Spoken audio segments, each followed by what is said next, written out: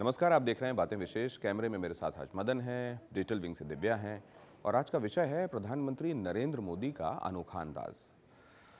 प्रधानमंत्री नरेंद्र मोदी जिन्होंने कल देश के लोगों से भी ये प्रार्थना की कि आपसे 3 वादे मैं लेना चाहता हूँ, सफाई से रहें, इनोवेट करें और देश को आत्मनिर्भर बनाने के लिए काम करें।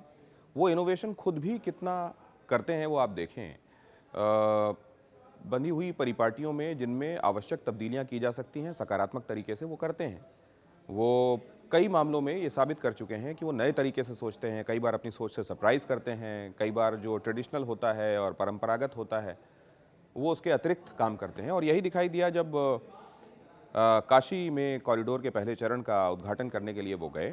उस दौरान वहाँ भारतीय जनता पार्टी शासित बाकी मुख्यमंत्रियों को भी बुलाया।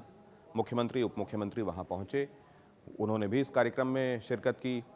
क्रूज़ में उनके साथ जब शाम को वो आरती के लिए जा रहे थे, उस दौरान भी क्रूज़ में उन्होंने मुख्यमंत्री, उप मुख्यमंत्रियों के साथ बातचीत की।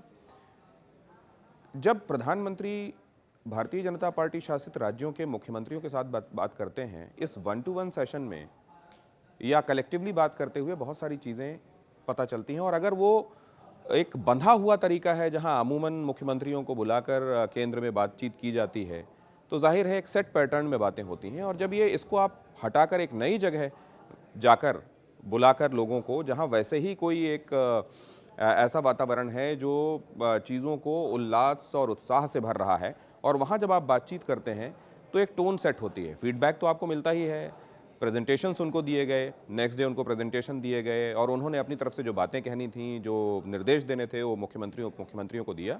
और इसके बाद उनको वहाँ से अयोध्या भेजा। अयोध्या में उनको वहाँ जाकर जाहिर है मुख्यमंत्री योगी आदित्यनाथ की मेज़बानी में वहाँ दर्शन करना था, वहाँ पर जाकर भी विचार विमर्श होने थे। उत्तर प्रदेश के चुनाव की तैयारियों के सिलसिले में फीडबैक और रणनीति बनाने के लिहाज से महत्वपूर्ण है। आने वाले दिनों में कहाँ जहाँ चुनाव होने हैं वहाँ के लिए क्या तैयारियाँ होनी चाहिए, इसको लेकर विचारों का आदान प्रदान, और साथ में ये भी कि कहाँ पर वो लूप होल्स हैं जिनको प्लग किया जाना ज़रूरी है। इसको लेकर कई सुझाव भी, ब्रेनस्टॉर्मिंग भी, और इसके लिए एक दूसरी जगह।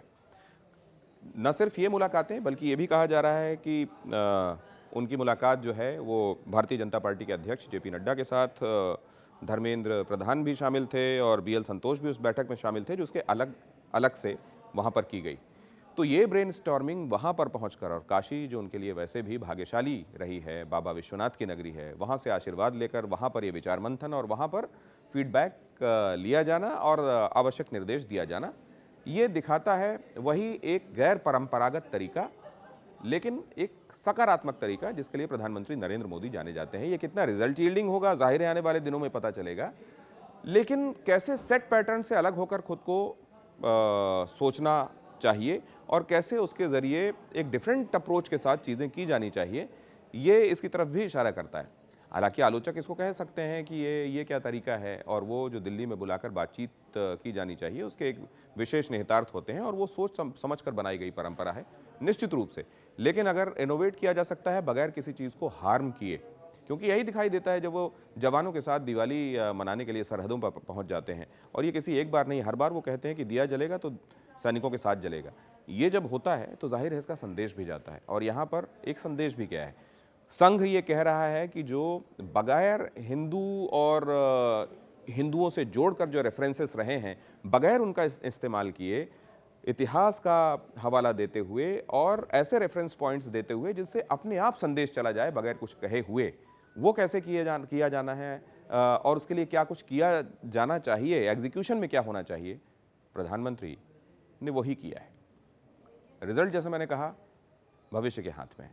देखना है इस बार इस इनोवेशन से आगे क्या नतीजे निकलते हैं और आने वाले दिनों में क्या इनोवेशंस और देखने को मिलते हैं। बातें विशेष में इतना ही।